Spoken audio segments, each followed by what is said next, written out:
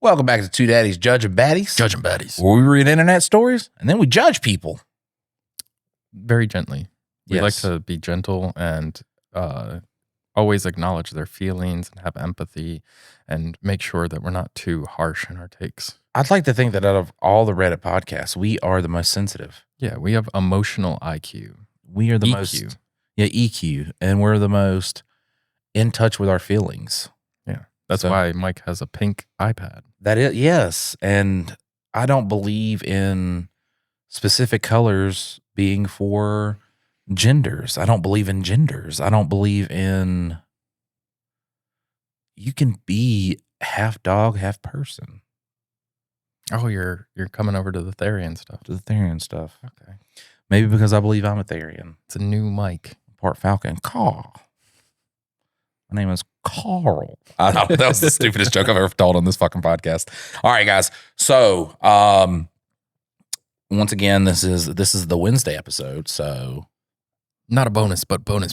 Yeah. 'Cause we're back to 3. three. Well, not back, but we were at 4 and then we went to 2 and now we're back to 3. Yeah, and we're on the tablet, so we get to do the fun Ask Reddit stuff. I would never be able to say Ask Reddit. It's just gonna be Ask Reddit. Two daddies, judging baddies. Our first story for today is my husband, 36 male, poops too much. For me, 36 female, to feel comfortable having another baby with him. I pulled that one up too. Oh, did you really? Yeah. That was the first one you went with? Nice. I'll get to see the comments. There you go, yeah. My husband and I have been married for 7 years and together for 11. We have a 3.5-year-old. We are having marriage issues for more reasons than I have character limit or time to write down. In short, I feel like he lacks sense of responsibility and proactivity in our relationship. I've been harboring so much resentment, especially for our first baby. I'm in therapy to work through it myself. He has a bathroom habit where he poops every morning during our toddler's wake up, breakfast, drop-off time, every afternoon after lunch, and every evening during bath and bedtime, which precludes him from the hardest and most demanding times of everything every day. When you gotta go, you gotta go. That's right, yeah. It just so happens to be at all those opportune moments where he could be a helpful partner. And he wishes that he could do it, but God, I gotta poop. it's Candy Crush time. Time to crush that candy. That's one of the ones I've never understood. But dude, it took the Mama scene by storm. Oh yeah, my mom crushes that. They loved it. And I mean, I couldn't even get in that space competitively because Mama's just would be fucking long dicking me from Yeah. every corner. No, my mom's got like 4 of those games. The same exact setup, but once she runs out of plays on one, she jumps over to the other one and keeps going. And keeps crushing. Yeah. And keeps crushing. Each bathroom session is an hour long. Also know he can change his timing apparently on command because when we need to be out and about, he somehow finds a way to do it earlier or later or not go at all. Though I don't know how much that affects him. We both work full time. I am 99% the one who wakes up the baby and gets him ready for preschool. He may drive kiddo to our school after I've readied him, and I'm the one to get the baby bathed and ready for bed most of the time unless I wait for my husband and baby goes to sleep usually later than what I'd prefer. He knows I've been delaying family planning because of his uncertainties around work, looking to change jobs for the past 2 years. Now that he's finally stabilized in his new role, when I bring up the topic of another baby, he always says it depends on me. My son asked for a baby sister because all his friends have baby sisters. I don't know if they know that. Aw. Yeah, that's adorable. But you could be like, well, I get if your daddy comes to me while I'm standing up, I think I have a better chance of having a girl. But if she orgasms, you have a better chance of. Yeah, I don't know. Yeah, well, we don't know how it works. It's almost like it's a random shot. It is, yeah. His response is it depends on mommy, but it doesn't. The issue, in parentheses, lack of awareness and proactivity and needing me to tell him to do everything or else he doesn't do it, / feels the need to be involved or present. I have with him from our first baby is still unresolved, and I don't see how I can manage 2 kids while he's gone for most busy times each day. Yes, I also think about if I should even bring up having another baby with him. I want to have 2 kids because we have limited family in the U.S., and I want to make sure my son has someone who is family when he gets older. Let's assume I want to keep this relationship. I asked him to go to the doctor and talk about his frequent bowel movements, and he said he did before and it's normal. I feel like he prioritizes himself and his needs before our family because he seems to be able to adjust when he goes, but as default, he seemingly chooses the busiest times of the day to do it. So just pause. She said, let's assume I want to keep this relationship. She went to Reddit. Like, nobody's going to give her, nobody's going to be like, you guys can work this out. Break up now. You get the fuck out of that relationship now. This is abusive shit. He is gaslighting, narcissist, manipulator, sociopath. He is using he's weaponizing bowel movements to, which I mean, he is. Yes. He is weaponizing bowel movements to not be a parent, but I think it's fixable. I do think it is fixable. Especially because women, I don't know what it is about some of the women we read on here, but they don't ever say, hey, I'm going to leave your ass if you don't get the fuck out of that bathroom and help out. Because then a guy will be like, well, what? You just can't be too soft. You got to be insertive. Insertive? Yeah. It's a SpongeBob thing. Because Plankton wants SpongeBob to be assertive, okay? And then I think SpongeBob, when he says that, he sticks his finger in the guy's ear or some shit like that. He's like, not insertive, assertive. So now it's insertive. When I asked him point blank how we're supposed to have a newborn when he's gone for 3 hours every day at the most critical times, he said his parents can take care of the baby. His parents live 2 hours away. It's not a come over and help once in a while situation. This is a multi-year, if not lifelong, daily need I require from him, and his first response is someone else can do it. It makes me so sad and disappointed that this is the first and only solution. I honestly don't know what he can propose. Just don't shit, dude. But I wanted him to see that his unavailability is a concern of mine and put in some thought. I can't stop him from pooping. It's not like we have room or I have the will to house his mom for 3 years to make up for my husband's need to poop. It's not like she wants to live with us for 3 years anyways. And this is just one specific concern. There are plenty of others. I don't know how to talk about this concern without feeling dismissed, but also not making him feel like I won't let him poop. It's so funny. She's going to be like, hey, we need to talk. And he's like, I got shit. Well, the thing is he actively shitting each of those times? Impossible. Or is he literally just dipping in there to like hide? And like, does she now need to see the evidence? Like, don't flush it. I got to see. That's what I would do. I got to see it. Yeah. And if there's like 4 little squiggly rabbit turds that you obviously that took like. less than 10 minutes. Easy. Get your ass out here. Additional info. He has hemorrhoids. So bowel movement is not as simple, ? He refuses to talk about it. He does have very bad hemorrhoids, and I know he's in pain, and I know he's definitely having a bowel movement, but baby doesn't need to do one at those specific times and lengths. The phone is definitely not helping. Shouldn't you get those hemorrhoids dealt with? There Yeah. are procedures that can take care of those. I like saying that as hemorrhoids because it sounds so much deadlier. Edit, this 1 hour session includes a thorough shower after each time too. He feels icky. What? Get a bidet. Yeah, get a bidet. Edit again. We have a bidet. So why does he need the shower? But he hasn't installed it for 2 years. I'm too resentful to install it for him too because he has to shit. Every time he goes to install it, he has to shit. You're too resentful. That would be your perfect like go-to. Just you go on YouTube, figure out how to install that thing, and put that thing on that toilet and be like, you ain't taking a fucking 30-minute shower afterwards.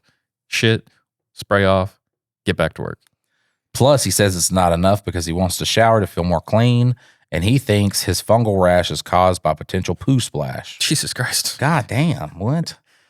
I tell him it's stripping his natural skin barrier and making it worse, but he doesn't listen. If I leave the house for a work trip, if I leave the house for a work trip 4 times a year, 3 or 4 days at a time, he just calls his parents over. When I mention he doesn't step up, he says I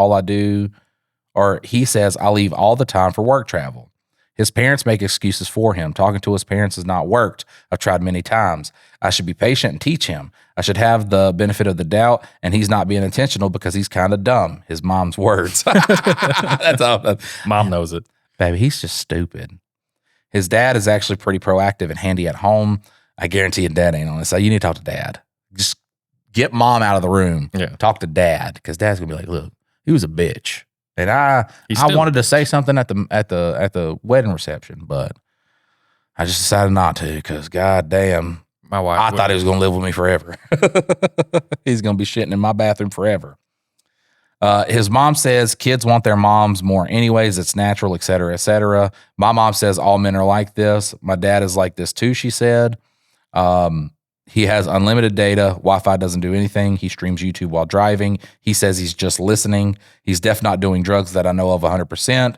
Me taking his phone away will result in anger and yelling. I'm not his mom. I don't want to deal with it. I don't have to monitor him and grab his phone each time. I have better things to do. Obviously, the top comment is, weaponized shitting wasn't something I was prepared for today. Weaponized incontinence.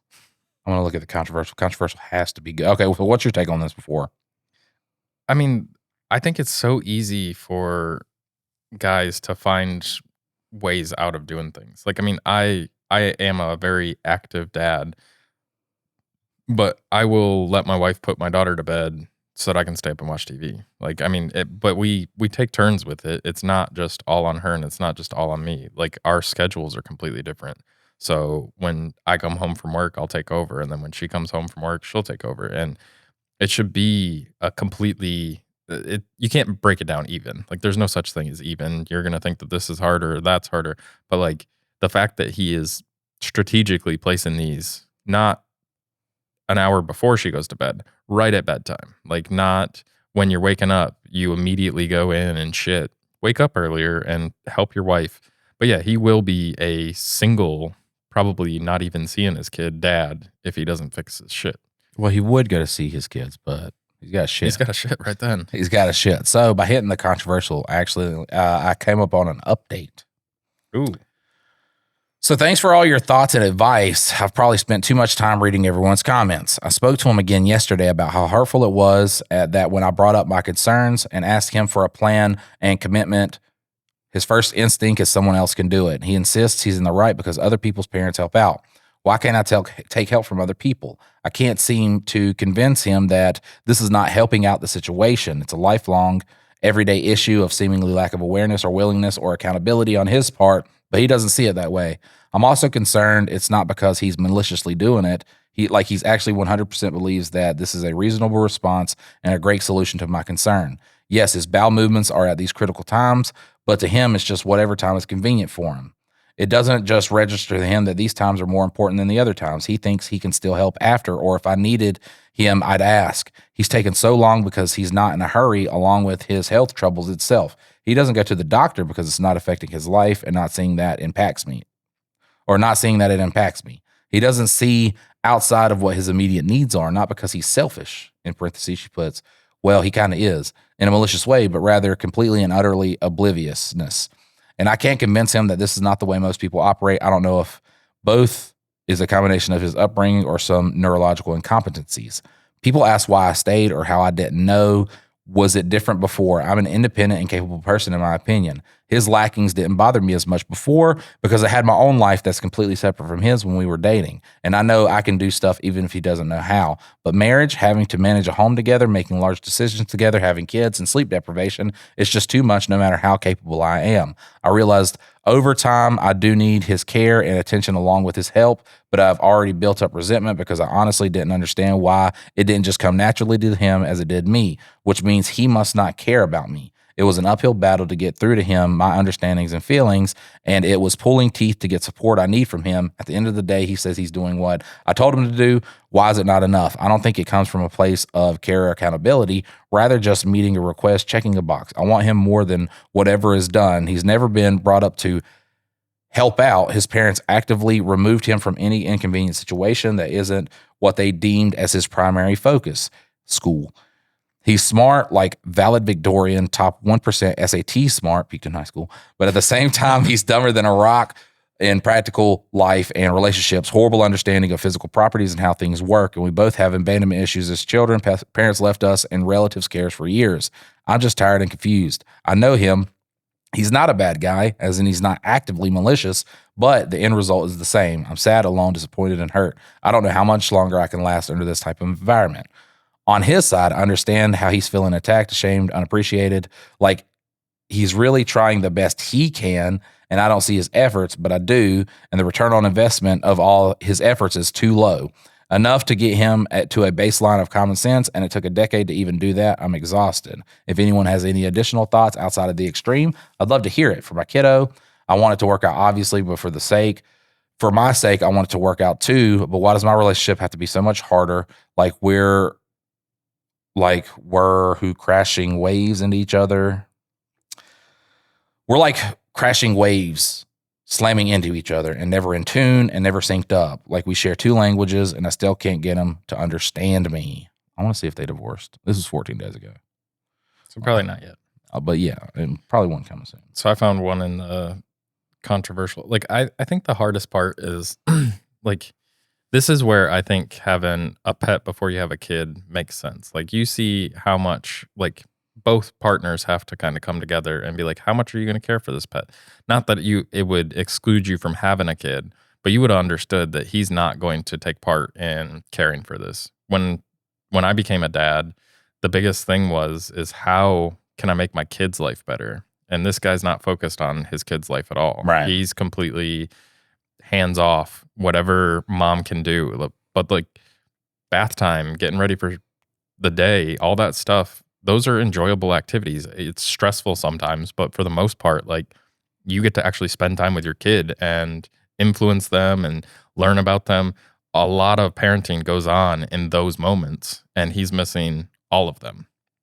He's literally probably only maybe doing playtime. And then kids like, let's build these Legos. Oh, sorry, I got to poop. It's a wild take as a dad. Right. If Tom Brady wasn't there bathing his kids, how would he learn that he likes to mouth kiss his son? I want to take that back immediately. Yeah, as soon as I said it, I just want to take it back. But here's a comment. It says, 3 times a day is completely normal. Everybody should be pooping that much. Taking 1 hour to do it, that's not normal. Although I know many men do this, no idea why. He shouldn't be sitting on the toilet for an hour forcing a shit out. That causes piles. Regardless of his bowel movements, it doesn't sound like you like him very much, or that he likes you and your child very much by the way you describe it. So having another child is just creating more misery for everyone, and I don't understand why you would. Wrong. More children fix it. Yeah, it always does. Either tell him to get his act together and both work on trying to actually like each other, or get divorced, find a more suitable husband, then think about having another child if you want one. And then the person below him says, everybody should be pooping that much. Yeah, gonna need a source on that one. I think 3 times a day is probably, it could be considered normal, but I don't think you have to poop 3 times a day to be normal. Especially not for an hour each time. No. These were the hidden comments that people had downvoted enough that it's in the controversial, but it's not there because you have to click on it. Nice. So I pulled that one out. Got another one? Young people have a higher incidence of colon cancer and metastatic disease right now than decades past. A pre-existing issue can mask early cancer symptoms because they feel routine to the person. Being able to pass a bowel movement for long periods can be a sign of colon strictures, polyps, or encroaching tumor. If he has pain with emptying, he may not be doing it fully, resulting in the need for multiple trips. This man needs a new doctor, pelvic floor physio, a registered dietitian, and the initiation of a bowel routine so he can void fully and at different times of day. The only problem is he doesn't go to the doctor. He's just saying, I have terrible hemorrhoids. If someone has terrible hemorrhoids, that means they go to the doctor because they're excruciatingly painful. Yeah. Like my brother had it. He swear he thought he was dying. So this guy just does not go to the doctor. He's just making shit up to go sit and play on his phone. He's literally making shit up so he could play on his phone and not parent his kid. So this person has a good take on it though. My almost 3-year-old is so excited to go to the bathroom with us and quote, help. Bet your husband won't take as long with company. But solidarity, my husband poops all the time. His whole family is like this, and he's gone to the doctor before who said it was normal. He doesn't take an hour each time, but still a ridiculously long amount of time for a bathroom visit. But we literally have to schedule his bathroom habits into our vacation plans so we have enough time to do everything. Good God. Yeah, so we were going to do the trip for 5 days, but we're going to have to extend that. Yeah, because we can't fit all the stuff in because we have to take out time for dad's. Yeah, Robert's got to shit for at least 48 hours while we're on this trip. You got to be fucking off on your phone the whole time. Like, don't make that the rule of the house. Like, you can't take your phone in there. You can go in there and shit, But you got to sit in there and read the back of a fucking shampoo bottle like it's 1992. Wow, his shits went from an hour and a half long to 7 minutes. Yes. Wow, incredible. Because you will get bored sitting in there. But yeah, that's the rule. I think that solves her whole problem. No phone in the bathroom. My wife, when she poops, I swear to God, it happens in under 10 seconds. I don't understand. Well, then the question of wiping and all that stuff. Yeah, no, it's like in, out. How'd you do that? How did you do that? And they're like, oh, it just all comes out. And I'm like, what? That's impossible. What about the second round that's coming? Yeah. Whoop, there it is. And that's honestly the one that feels real good when you get that second burst out. People listen to a podcast about poop. They do. And they listen to a podcast about poop. And if you want more of this podcast, you can go to patreon.com/Mike and Dylan to get bonus episodes. Bonus. Was at 500. Yeah. At 500, we'll go up to 4 episodes a week. And then at 5,000, Mike has promised to get 2 daddies judging baddies branded on his ass. Branded? The whole words too, not 2DJB. The whole fucking... With a little silhouette of Dylan's face underneath. There we go. And then it'll get infected and it'll die. Yeah. And yeah. My luck. All right. So we done on that story, or we got more advice to give? That's all on that one. Oh, you didn't get rid of the super jacked one. Or was that 2 of them? Yeah. No, you didn't get rid of that one. Whoops. All right. Whoopsie. So this one was one that I found. It's about Mike has a theory on the amount of men in a marriage and the divorce rate. And so I thought this one was topical. It's statistics. Once you have numbers that back it up, that say gay guys get divorced significantly less than hetero couples, and hetero couples get divorced less than lesbian couples, then you can say, hey, I have numbers to back this up. I'd like to see the math equation that you come up for that. Well, I assume it's based on ratios too, like because there's going to be more heterosexual marriages than gay marriage and lesbian marriage. All right, so he wants to call off my divorce because my cancer treatment was successful. Wait, is this the update? No, this is the original. They're both short. When I was diagnosed with testicular cancer, he filed for divorce because he said it would be too much, quote unquote, to take care of me. You can't live your fabulous life if you're taking care of somebody with cancer. Yeah, and it's just sad. I don't want to be sad. Yeah. In my province, you have to live separately and apart for 1 year before a divorce is granted. Since he left, I've had surgery and chemotherapy, and my latest checkup shows no evidence of disease. When he found that out, I don't know how, he applied in court to withdraw the divorce application. He told me we can stay married since I'm no longer sick, and was actually shocked when I blocked the divorce withdrawal petition through my own lawyer. I don't want to be married to him after what he did. No shit, Sherlock. Should I get some comments on just the first one? No, let's do the second one, then we'll get the comments. So, update to, this is 4 years later. This is 8 days ago. Update to, he wants to call off my divorce because my cancer treatment was successful. Quote, in parentheses, or my divorce was made official yesterday. My divorce was made official yesterday. It's over. 4.5 years of hell and being in limbo, and now it's over. How does it take 4.5 years to get divorced? It's got to be in America. No, he said province. Yeah, so. I know. That's wild because America, they make you stay together for 366 days before you get divorced. Well, maybe you'll change your mind. Yeah, because religion and stuff. Got to stay, keep yourselves together. It's forever. The sanctity of marriage. You got to stay together. What you think with the gay one? They're just like, yeah, you guys can fucking leave each other right now. Get out of here. Yeah, y'all go your separate ways. Find you a nice woman.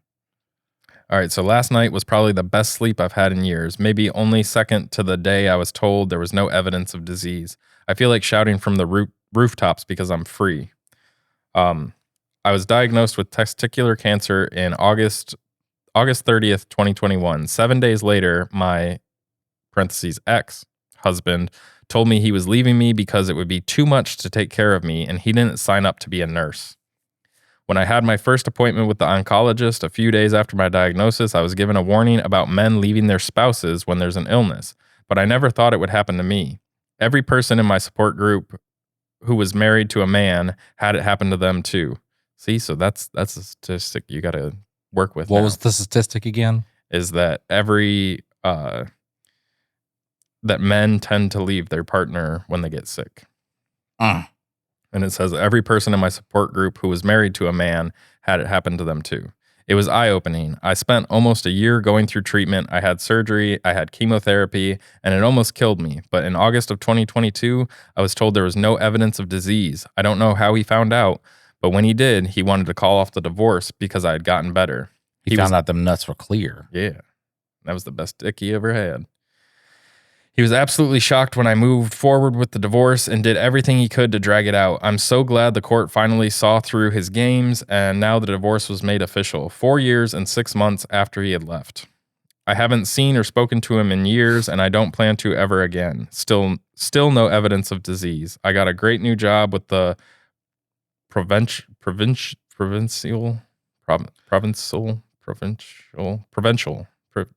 I don't know. You got it? You look like you got it. Provincial. There you go. That sounds good enough to me. The government. I'm planning a vacation for my 40th birthday. Most importantly, I am free. Aww. So let's go with a controversial comment. Okay, I saw that you don't have to pay any medical bills. Did you at least were able to charge him for alimony and get any assets from them? Yeah, like you get him for some money? And it says, go shorty, it's your rebirth day. We gonna party like it's your rebirth day. There you go. And then, yeah, man, men be doing this nonsense. So let's just go to best and see if it's better. Somebody says, I remember you. Happy you got rid of both cancers. That's a pretty good one right there. Yep. Happy you got rid of both cancers. That's such a wild take. Be like, I don't want to be here because you're sick. And then be like, you're not sick anymore. I want to be here again. Such a wild, there's no way. If your wife got sick and you were like, deuces, I'm not going to be a nurse. And then she gets better. Dude, my wife could get stage 4 cancer, be going through like the strictest round of chemo, be a skeleton. I'm talking about like the top, where the top lip is kind of like stuck to the top row of teeth type of thing, and just and fragile. And she'd be like, I want some dick, daddy. Guess what? Delivery. Broke her hip. Yeah, right. Oh, God. I fractured her back. But she enjoyed it in the process. She did. 'Cause that's my lady. And I am her man. So what time is it now? What do you mean? Is it Ask Reddit time? Yeah, if you want to do the Ask Reddit, I pulled up another story. Oh. So you could pull up the Ask Reddit. Pull up the Ask Reddit and read a couple Ask Reddit things. Ask Reddit. This one's not safe for work. I really cannot say ask. Ask. Ask Reddit. Ask Reddit. Ask Yeah. Reddit. Ask Reddit. Ask Reddit. Now it sounds like I'm saying ask credit. Ask Reddit. Yeah. What's the most body freezing confession you've heard that someone casually threw into the open? I don't know. I don't think I have one of those. All right, we'll just start off with best. Got a new coworker. Within the first hour working with this person, he told me he got fired from a job for telling another female coworker a story. The story is, quote, he was fired from a different job for watching porn and jerking off in his office. I probably wouldn't be telling that story to anybody. Brother, this story has already gotten you fired twice. Stop telling it. Right. Yeah. Stop. Like maybe learn your lesson on this one. I think and this is going to sound weird, but the ones that I hate the most is when some parent is telling a story and they'll be like, I will whoop my kid's ass. And they say it so proudly and so happy. I'm like, you're happy you had to fucking You abused your child? put hands on your kid? And I just fucked him up. I whooped his ass, man, and he ain't ever going to do that again. Hope you enjoy that retirement home. Yeah. So in reply to the one above, he says, every time he tells it, it adds to the story. So he's really just crafting the ultimate story one step at a time. Yeah. So the time that I got fired from this job was because I Right. told this person about this. Yeah, my last time I got fired for telling a story about how I told a story about how I was watching porn at work. And that was really a story about. Yeah, and that was a story about He's inceptioning his. He's going it's like like 10 jerk levels off deep. Inception. Yeah. God. That's a crazy place to do. Like, imagine being the person that catches somebody doing that, though. I always wondered about the guys at work who just walked because they were looking for the supervisor. I've told the story about how we had a supervisor who was beating off at the nurse's office, which was crazy, too, because everybody was like, yeah, man, he was beating off in the Band-Aid room. The Band-Aid room? Yeah, I was like, what's a Band-Aid room? He's like, the Band-Aid room. We didn't have a nurse's office. But I kept, what's so funny, though, is when I told that story, I would always say the Band-Aid room because they said the Band-Aid room. So it was just a funny thing because they was like, man, you got caught jerking off in the Band-Aid room. In the Band-Aid room. He's in the room where you get the Band-Aids at. He was in there beating his meat. And then, God forbid, we had this one employee, David, and he was just like, what? And he's real country, too. He was like, what? Yeah, this is the most, this is the confession. This is on point. But he's just like, yeah, if you're going to jack off at work, just do it in the bathroom. Yeah, like any sane person. Right? It was like, you're sitting there beating it in the fucking bathroom. Do you want to join me? It was a good day. It was a good day to work there. All right, so this one is, I was talking to a very good friend of my now deceased father. He said that many years ago, he talked my father out of murdering my mom. He believed she was cheating on him, even stalked her on the way to college with a gun in the car. She wasn't cheating. Also, they already had kids at the time. I'm 100% sure what he told me is true. Got chills thinking what my life would have been had this occurred. My mom is the greatest person I know by a mile. I'm glad she's still here. Well, don't worry about it that much because normally when the dad does it, he has so much regret that he comes home and he kills the kids and then takes his life. So you wouldn't have had a life after that. It wouldn't have been long. Yeah. You wouldn't even have known your mom was dead. Dad would have just came home and he was just like, shh, and he rubbed your face and then he just stood up and shot you with a shotgun. Or a pillow or something. I know there's a couple of these that dad's confessing about. Let's go. Keep going. My dad confessed to me once about driving to his ex-wife's house with a gun after the divorce. They both were cheating. And she got my half-sister. Said he was planning a double murder, suicide. Said he sat outside of her house for hours before he turned around. He'd have killed a kid too. Yeah, he said double murder, suicide. Oh, okay. There you go. Yeah. Double murder, suicide. My dad confessed to me that he was seriously contemplating suicide one night, but was saved by my aunt, his sister-in-law, calling to ask him to take her to rehab for a heroin overdose. He was dealing with a lot. Thankful dad is still here, but my aunt ended up dying from pancreatic cancer, likely due to hepatitis C she contracted from IV use. Damn. Intravenous. You got to do a lot of drugs to be like, I need this shit ASAP in my veins. Well, that's how you get the good high. I don't want the good high. I just want the regular high. I feel like the regular high is good enough. Why is everybody shitting on the regular high? They got to go get this good high. Ooh, I got one. Do it. These are all good. Keep going until they get shitty. And this is just from top. This isn't controversial, which I don't know whether they're controversial. Just keep going from top. Yeah. Controversial doesn't work with Ask Reddit because then you get the shit ones. Yeah. All right. So not a direct confession, but a coworker told me about a lawsuit he was involved in that sounded interesting. So I Googled it to see if I could find the court case. Instead, I found an article where he had gotten caught and arrested for filming minors. Nice. Like, imagine, like, that's just you don't brag about that. You don't brag about being in prison if you were in prison for kids. Yeah, like, you're asking. If you're like, man, I had this fucking dude and we grew up and we hated each other. And, one day he fired some shots at me. So a couple days later, I remember I was in jail and I was talking to this one guy. And he always, like, had to have medical stuff happen. Oh. At his thing. Like there'd constantly be people coming by and he'd be getting medicine and shit like that. So he was in jail for killing a guy. The guy had shot him. Okay. Mm-hmm. And then he walks up on the guy, he's laying down, shot, and he points the shotgun at the dude's head. And he's like, come on, man, just don't, I want to have an open casket for my mama. The guy doesn't listen and he shoots him in the head. But when he shoots him in the head, all it did was peel back his scalp. So they were able to put him back together. If someone told me that they had to have their scalp put back from getting shot in the head, that's the scar I would be thinking it was. So this is how much the guy hated him. Okay. Because He shot him with bullets that they had taken the metal out and put mercury in the bullets. What? Yeah, because mercury is like I guess a malleable metal that you could put in the bullets.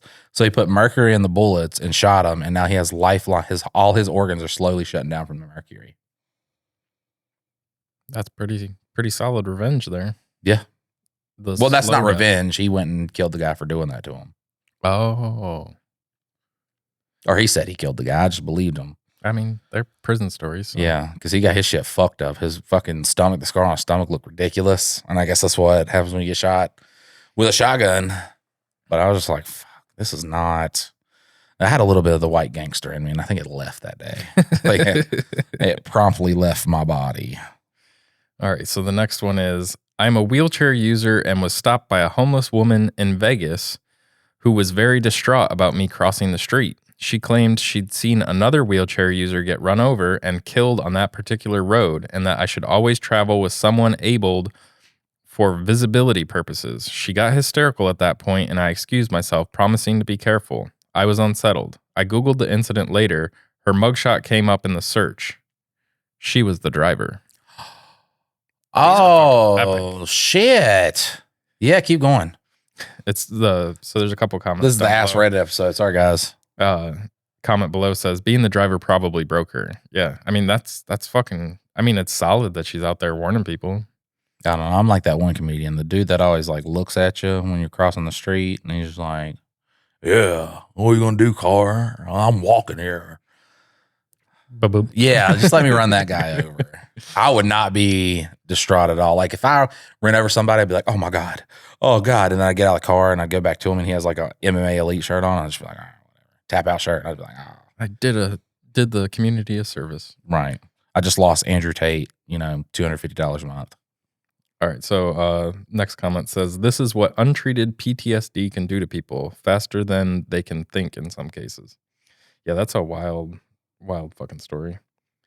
All right, so when I was in prison, they had to clean out a cell after a man had been stabbed to death by his cellie.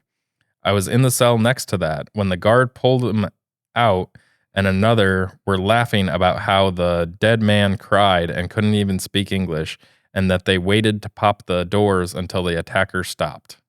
I still hear that shit when I try to sleep. I think people do get desensitized. Like being a prison guard, you see the crazy shit happen all the time. And not that it makes it right. It does not make it right. But you see it every day. That's rough. You have to find a way to like not take it at full value. I think the funniest thing is when my brother went to prison. He went to prison for 8 months. Pretty much like the first real crime that he committed. But when he gets out, I'm just like, hey man, what crazy shit happened? He was like, nothing. It was like a retirement home for people. It's pretty chill. I guess it just depends on like where, like, I mean, it's exactly like our stories, how they differ. Like you being in an area where there's a lot of shit-stained people. Oh yeah, there's bad prisons out there Yeah. where they send all the bad people, and all the bad people are doing bad things to each other. But then there's some where it's like he got busted for a DUI and he didn't kill anybody and he's just spending the weekends here. I know one thing. If I went to a prison and they were like, we stand together about race, and there's only like a handful of white people, I'm a different race, dude. You're gonna be using ginger as your like, Yeah, I'm like we're included in the black people. yeah, right? we are. We're accepted in this community, right? Yeah. Remember when that was going around? That's so wild. Well, my favorite thing was back in the mid 90s, there was a wrestling group called the Nation of Domination. Okay. And it's a bunch of black people, except for Owen Hart. Owen Hart is the one that fell from the rafters and died. He was in the Nation of Domination. And I was like, why is he? He was like the most whitest Canadian boy on the whole roster, just in the Nation of Domination. And I was just like, what is that? Like the wrestlers were in the back and were like, dude, it'd be really funny if we put the whitest dude with blonde hair in the Nation of Domination. But that's what I'd do. I'd be in the Nation of Domination. That's what I'd get there. I'd speak in Ebonics and everything. I'd be like, man, I don't all these crackers in here. And they'd be like, what? What is this guy? I'd be like, yeah, I hate white people. White man always try to hold us down, man. This shit ain't right. They'd be like, I'd be looking around like, Man, I can't stand them. I smell the crackers around here. Clayton Biggs. Yeah, but the reverse. They were like, you know you white, right? No, I ain't. Don't you ever Accuse me of that. Man, I ain't the man. I'm trying to take down the man. Holding my brothers and sisters down. All right, so we got playing a board game with a friend who had become a drug dealer. Told me that there was a night where someone had ripped him off and he and his friends went after him, leading to a car chase. The other car hit a bystander and left the victim paraplegic. I found out he had died of alcohol poisoning about a year later. The victim? No, the drug dealer, I'm guessing. Ah. Oh, this is an interesting thing, but one thing I have learned, and it goes with that previous one thing that I've learned from watching all 406 episodes of Forensic Files is that killers are usually obsessed with news reports about their crimes, and they often use this as a starting point to catch the perp. So, like, if you really like talking about a crime, most likely you're the one that did the crime. Ooh. All right. I don't think I've ever encountered that. How many people have you known that went on to kill people? I don't know anybody that has killed anybody. I remember the craziest one was my stepdad. His uncle was he's just like a happy drunk. You know what I'm saying? Like, there was a lot of weird circumstances that would happen around like that whole side of that particular family. You know, the homeless lady that walks around here that I'm like, yeah, that's his daughter. Mm. But I don't know what happened because I haven't spoke to that side in so long. But apparently a guy had came down to smoke some meth with him, and I guess they were just been tweaking for a couple of days, and he just stabs the guy to death. The uncle does, just stabs him to death. Leaves him out in the yard, and the police come. He was like, he was trying to break in and take everything from me. And they were like, we're gonna throw you in jail, bud. Because I'm sorry, and that's the thing too. Like, if you're tweaking on meth, there's not a lot of things you can say that's going to get you out of that charge. You know? Yeah. But what if he was trying to break in? But they're doing meth together for multiple days. Like, they're friends. Wonder what he saw that made him. I don't know. I guess when you've been up for so many days, you can be a monster. Could have been black. You don't know. That old racism coming out, you know? So, I'm going to tell you what, though. If he was black, then the cops would have been like, yeah, sounds like something he would do. Let's leave this good old guy alone right here. Saw this once as a rookie. Yeah, right. Replaced all the pictures of in the house with him and a family. All right, let's sprinkle a little crack on him. Oh, he's still here. You got more? No, I think that was probably the end of that one. Aw, those are so good. They were good, but they kind of started getting more benign. Yeah. Started getting lamer. We want the juicy stuff. We want people confessing just terrible things. Murdering mothers and stuff. Here's a crazy confession. I just found out that I've been dating my biological brother for 6 years. Bum, bum, bum. Right. We have a mood spoiler. Complicated, but hope he is happy. Yeah. Her brother is Jamie Lannister. Content warning, incest. I mean, towards the end, they weren't happy, but then, well, I mean, you'll see. Fuck me. Yeah, just ruin it for me. I only got two seasons to go. They'll ruin it for you. They will ruin it for you. I am 30, and my brother is 32. Wow, look how they started that off. I'm just going to call him my boyfriend for the majority of the time while I type this. I feel weird about this. I was adopted as a baby, but I didn't know I was adopted until I was in high school. I didn't feel betrayed or care much. I love my parents, and my parents love me. Who cares if they aren't my real parents? My boyfriend was also adopted, and when we met, it was one of the things we sort of bonded over. Well, I mean, come on. Like, you got to ask a little bit. Oh, you were adopted too? Fuck, I wonder who your real parents were. We both didn't learn we were adopted until high school, and we were both lucky and had good families. We weren't passed around from foster home to foster home. Our relationship was and still is great. We understood each other fast. I don't know if I'd have worded it like that. We were attracted to each other quickly. I never met someone and felt immediate attraction and familiarity. Now that I know that the comfort and familiarity is because he's my brother, not my half brother, he is my full brother. We have done everything a couple has done together for that has been together for 6 years could do. We said we love each other. We've had sex. We celebrated anniversaries. We've met each other's families. I'm just glad we both agreed early on that we didn't want to have kids. So that has never happened. We even did butt stuff. Right. I don't want to deal with the health risks and have to raise a child and them know that their parents are siblings. Like, imagine you don't know and you just have a kid and it's like, blah, blah, blah, blah. You're like, oh my God. What's wrong? Why is it an octopus monster? And then you go, we're brothers. I discovered it when we did the DNA test thing to see what our ancestries were. I ordered 2 for us. We spit in the tube and sent it out. It took like a month for the results to come back, and I was excited to see what they were. But before I could even get to that, I saw that we were siblings. I was shocked to say the least. I only just found out this information and haven't told my boyfriend. I'm really hoping they make a mistake, but things are kind of starting to make sense now. We always get the, you guys look so alike, and he's the male version of you. Long before this test, we've always gotten compared. We always just laughed it off, but I spent the morning looking at pictures of us together and realizing that we really do look so much alike. It's freaking me out, and I don't know what I should do. I still love my boyfriend brother, and we've been together for 6 years. We have a house together and a whole comfortable life. I'm hoping that this test is wrong, and we'll do a real test soon, but I'm panicking. I still see him as the love of my life. That's so sad. That is. But, I mean, you've already been just... Yeah, and you're not going to have kids, so, like, I mean, no harm, no foul. Right. Just don't tell the government, because I think it is illegal. Maybe.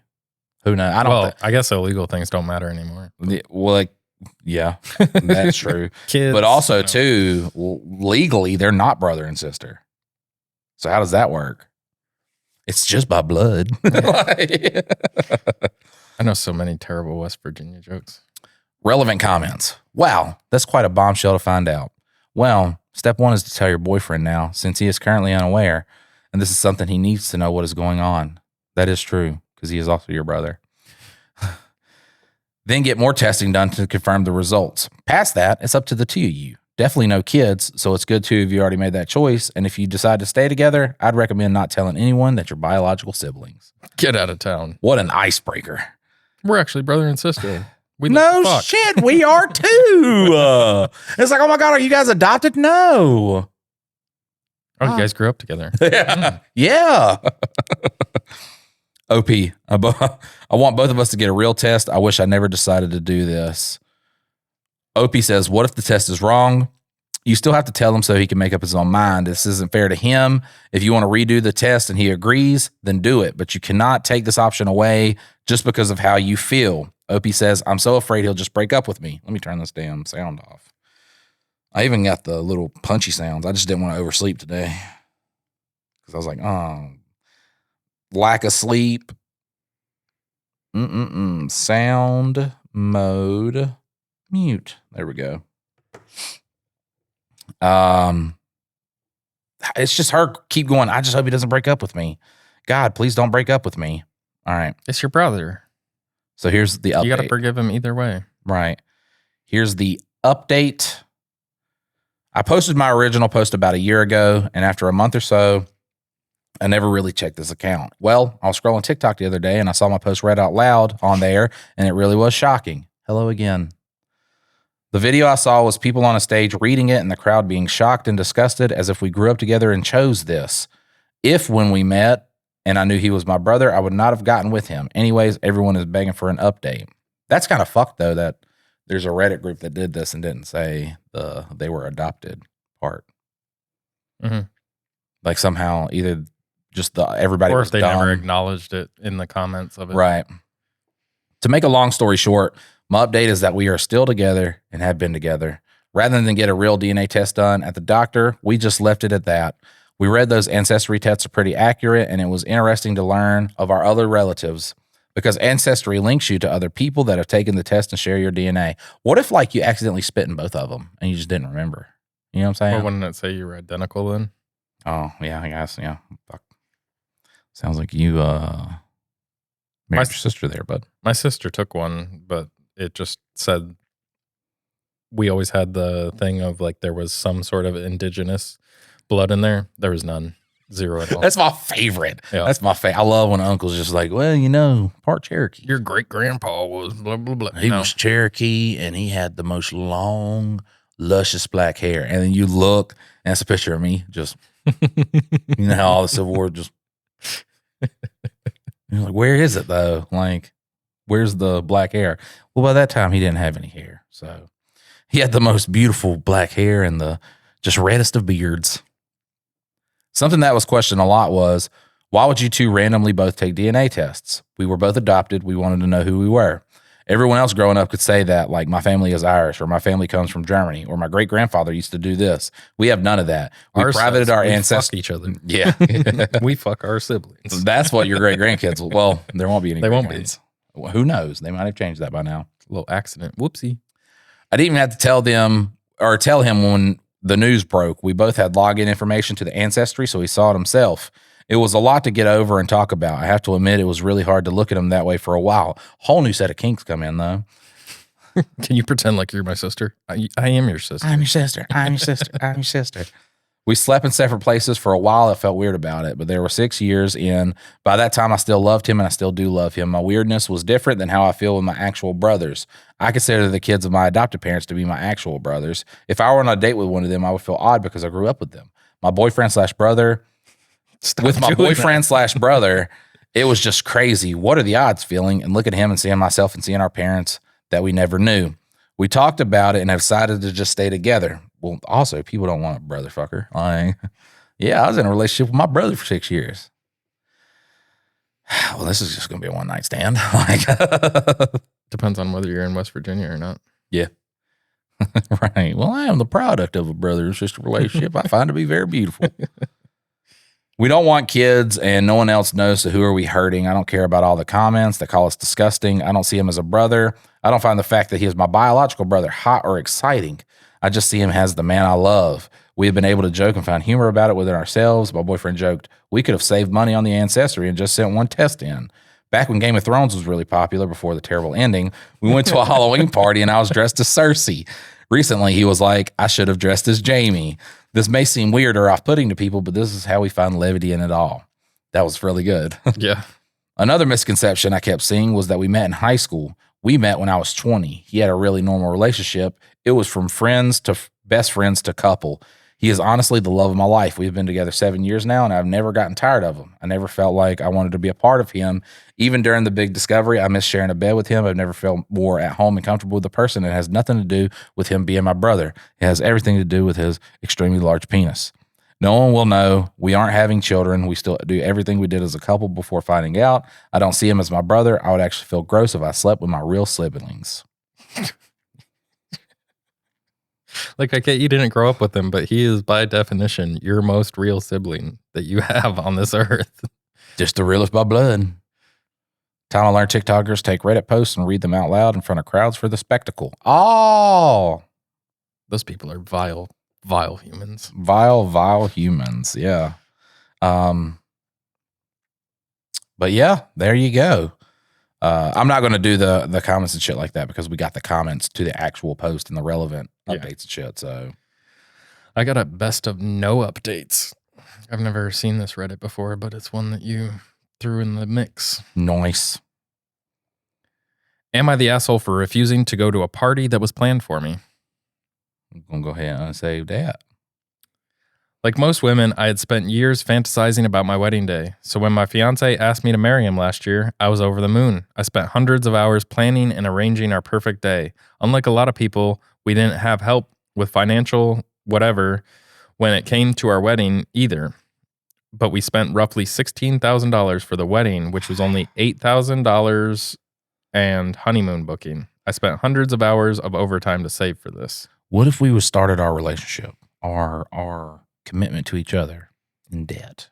Yeah, solid. I mean, most people start building that before they're even thinking about getting married. Right. Little did I know that my fiance and his best man had arranged a, quote, prank. So when it came down to anyone objecting the wedding, his best man stood up and said he objected. Anyone who knows anything about weddings know that regardless if it was a joke or not, the wedding cannot go forward if it objected. What? That's not real. Is that real? You got to Google that part. I'm Googling it. There's no way that's real. Let's bust out the handy dandy Google machine. So despite the best man and my fiance saying that it was a prank, we could not get married yesterday as intended. I was fucking devastated, mixed with an incredibly hefty side of completely fucking livid and a complete loss of respect for both my fiance and his friend, as all that money for catering and the venue was now out the window and non-refundable. My perfect date turned into a complete and total shit show, and now, to be honest, I don't even want to get fucking married. Fuck that. That seems wild that that would be a thing, because, like, you could just go to weddings and be like, I object. I object. The officiant is obligated to pause the ceremony and speak privately with the couple. If the claim is valid, the wedding stops. The claim wasn't valid, though. It was just a joke. So I don't see how you could, like, stop somebody else's marriage. I mean, what would be a valid claim? What if we went to someone else's marriage and was like, I have been That's what I'm sleeping with the thinking. wife. I'm sorry to break it to you like this, Derek. My name's John. I meant John. I meant John. God damn, a Derek and a John? That's what I do. Just like, my name's Greg. Oh, Derek, John, and Greg? You've been sleeping with all them? All of them? I knew you looked different than Derek. Well, and in this story, though, I get that it'd be a super fuck up. Like, whoopsie, bad prank. However, would you stop all the rest of the stuff, like the catering and the reception? Would you just call the day off? Because, like, you already paid for it all. Do you just get so mad about it that you don't even let it? I got stuck on one of the comments that says, yeah, just don't marry that person. Yeah. He's just trying to be funny. He sucks at it. He sucks at it. Yeah. You're like, oh, everything was so magical. I love him so much. And This is a red flag. You need to drop him. He sticks the fucking foot in his mouth and plans to, like, look, I'm a comedian. Everything I say is not funny. Some of it's racist. Some of it's problematic. Okay. Most of it, but yeah. Yeah. And the rest of it's funny. And sometimes that stuff's funny, but that's so crazy. Yeah. Don't marry that person. Lieutenant Bun Bun said that. Let me look at Lieutenant Bun All right, Bun. And what let they me look finish at. the story. Yeah, finish the story. Sorry. Anyways, my soon-to-be sister-in-law had arranged an after party at her place for us. Instead of me going, I walked down the aisle to the door by myself and took the fuck off from complete embarrassment and disappointment. My entire family lives out of state and had planned months in advance for this day just to see nothing. After I left, my phone was flooded with calls telling me I overreacted and to just go to the party. People saying I could just go to the town hall and get a marriage certificate real quick, which would cost more money. Negligible amount of money. Like $20. They wouldn't leave me alone, and I finally snapped and told everyone to basically go fuck themselves and that I was not in any way obligated to put my hurt feelings aside to save face with them. Am I the asshole for not going? You're not an asshole for not going, but you did kind of blow this thing out of proportion. It was a dumb joke. You could have still had the reception. You still could have done all the things and then done the court thing tomorrow. You do not have to. And from Mike's very thorough research, all you had to do was go talk to the officiant and be like, he's a jackass and thought this would be funny. It's not. Yeah, I'm sorry. He's a nerd. Can we go ahead and keep going with this? I don't know. I feel like if this ended up with them breaking up or something like that, I feel like dude dodged a bullet. Because it's a stupid joke. A very, very, very stupid joke. I guarantee you But a the joke. original and Am I the Asshole, 99% of the comments is like, you leave him now because that's going to be your marriage where he's going to be deceitful and he's going to be trying to play pranks. I guarantee that's the last prank that motherfucker pulls. Ever. I guarantee you, like, when someone's like, hey, man, we should pull a prank. He's like, no, we don't. We don't pull a prank. Well, and I'm sure he's like, sorry, babe. Sorry. I did not realize this was going to stop the wedding. Sorry. Speaking of pranks, did you see the news story about the kids that pulled a prank on their teacher? Mm-hmm. And then, so these 4 kids decided to TP a teacher's house. Okay. And they're TPing his house and he comes out and chases them. And as they're driving off, it's raining. He slips into the road and they run over him and he kills them. What? Yeah. That's a legit thing that happened? Mm-hmm. So they charged the kids with vehicular homicide. homicide means that you intended to kill. Right, not manslaughter, which it would have 100% like had all the details. Accident. Yeah, accident. It's manslaughter. It's not homicide. You're literally destroy. Like if you're pulling I understand you're doing something illegal. Like you should get in trouble. And so here's the thing: the teacher. Oh, look, it's gonna make me. Apparently, he's like the most liked teacher at that school, and this was a tradition that the kids did. And he was super excited for it. Like, you know, him and his wife was up waiting for them to come TP the house. And it was a complete fucking accident. He was in on it 100%. He comes out, chases the kids. They drive off. She had to go up there and beg them to drop the fucking charges. And finally they did. They did drop the charges. They're like, he's in on it. Like, and you're going to ruin 4 more lives. He would not have wanted this. And thank God they dropped the charges on the 4 kids. And then, you know, all the kids are super fucking devastated. Yeah. Like the most traumatic moment that's probably going to happen in their lives. Because they killed somebody, not like they didn't intend on. They killed somebody they love. And they didn't intend on hurting him at all. And they killed him by accident.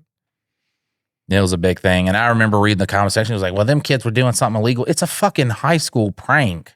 Like, even if he wasn't in on it and was chasing them out of anger, you don't then say, hey, I want to ruin all 4 of your fucking lives. Like, that's it. Ball game. Over a horribly freak accident. Yeah. Like, yeah, you could say, hey, we're going to do some community service or something like that. You don't say, hey, we're going to fucking charge, you're going to be felons for the rest of your life. And when someone Googles your name, it's going to say vehicular homicide. So I just want to finish this out. There's a top comment that was part of this best of no updates. It says, why is everybody so stuck up on the religious part and blaming the church rules for stopping the wedding when we should be talking about the shitty prank part, money lost, traumatizing event, gaslighting sister-in-law, and wishy-washy. Just go get a marriage license at the city hall. Like, what the fuck? She gave her best mentally, financially, and emotionally for this special day just to have it ruined in such a stupid way. Honestly, OP, I don't think you'll stick with the groom, but do consider seeing a therapist just for this event. I fear it might have traumatized you. And then later edit, OP, don't cancel the honeymoon. Go by yourself or grab a good friend. You deserve it, girl. Don't let it waste when you can get wasted. And then a later edit number 2. Guys, I just woke up and my phone blew up from the notifications. Thank you. This is my first comment that went up. Sending good vibes to all of y'all. It's fucking such a shitty take. So listen, I hope that commenter has a bunch. No, I'm not going to go there.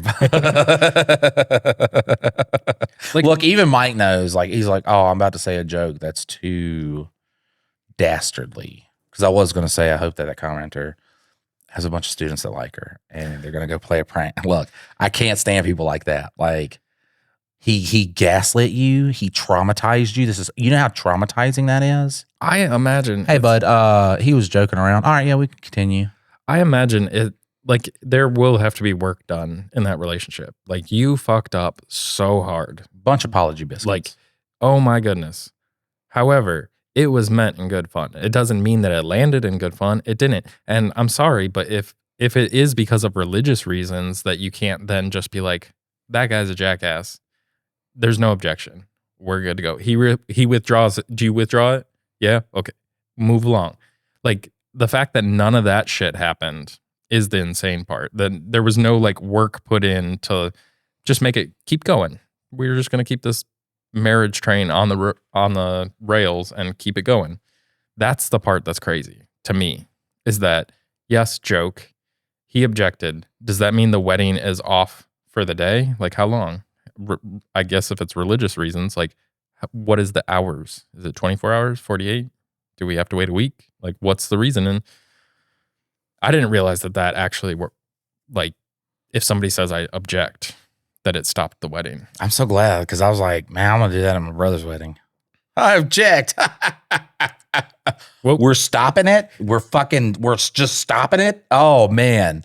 But everybody be like, classic Mike. Oh, let's get this all sorted out before we continue. Which they were married by his wife's grandpa. So he would have just been like, sit down, Matt. What's so fucking funny is he always called me Matt. And then my stepmom, her dad, always called me Matt. And I worked with that guy for a year. So you are Matt. So when I say Matt and Dylan, That's who I'm talking about. Yeah, he would It's have been you. like, classic Matt. Mike. Matt's always there with the joke. Mike. Matt, you are one funny guy. Mike. I just, bro, after I told somebody Mike or Michael so many times, I'm just like, it's good old Matt. Matt here with the jokes. Matt here with the funny stuff. I'm here to lighten the mood, guys. I wore an Atlanta Falcons hat because it matched my shoes. And then one of my friends saw that and they were like, I can't believe you're wearing an Atlanta Falcons hat. And I was like, it is burning a hole on the top of my head, but it matched my shoes. So Matt looks good.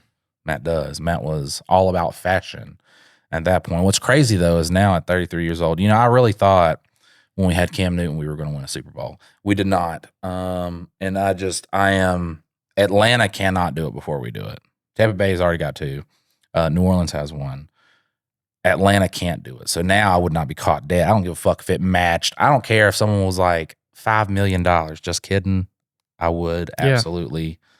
They're selling out and then they're just not being stupid. You know what I'm saying? Well, I think I saw a thing about Bam Margera, and it was talking about Everything I see of him, it always makes me sad. well, there's a lot of sadness to it, but like the thing that he was talking about was everybody was telling him that he was such a sellout because like when he was stupid popular, like he would do right guard and all these other, and he's like, they gave me like multi-million dollars to go show up for a day for a commercial shoot. He's like, when you're a 40-year-old skater and you can't skate anymore, like the kids are completely out skating you.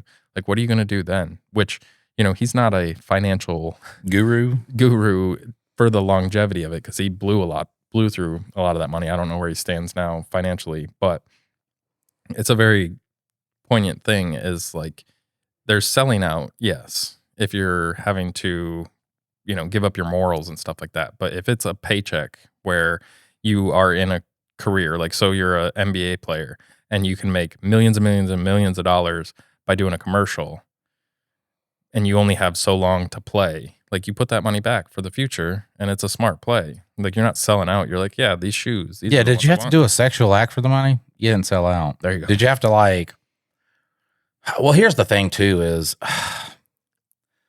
part of me just kind of wishes like when we started this podcast, we could have just been like, well, Donald Trump, he has a lot of good points. Because fuck, man, if you want to make $1 million easily, all you got to do is that.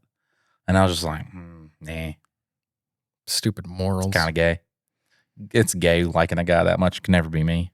I'm too problematic to be a Republican. That's what the thing is. And all these other guys are crazy about the guy. And I'm just like, wow. Okay. I've met gay dudes that were less gay than what's going on with this. You wearing it on your shirt? God, but we could have. We could have done it. We could have just red pilled and just grew our eyebrows out. You see what happened with Ben Shapiro? You showed me. I was like, what the fuck? That's Charlie Kirk's soul, brother. All right, guys, we'll see you next time. Later.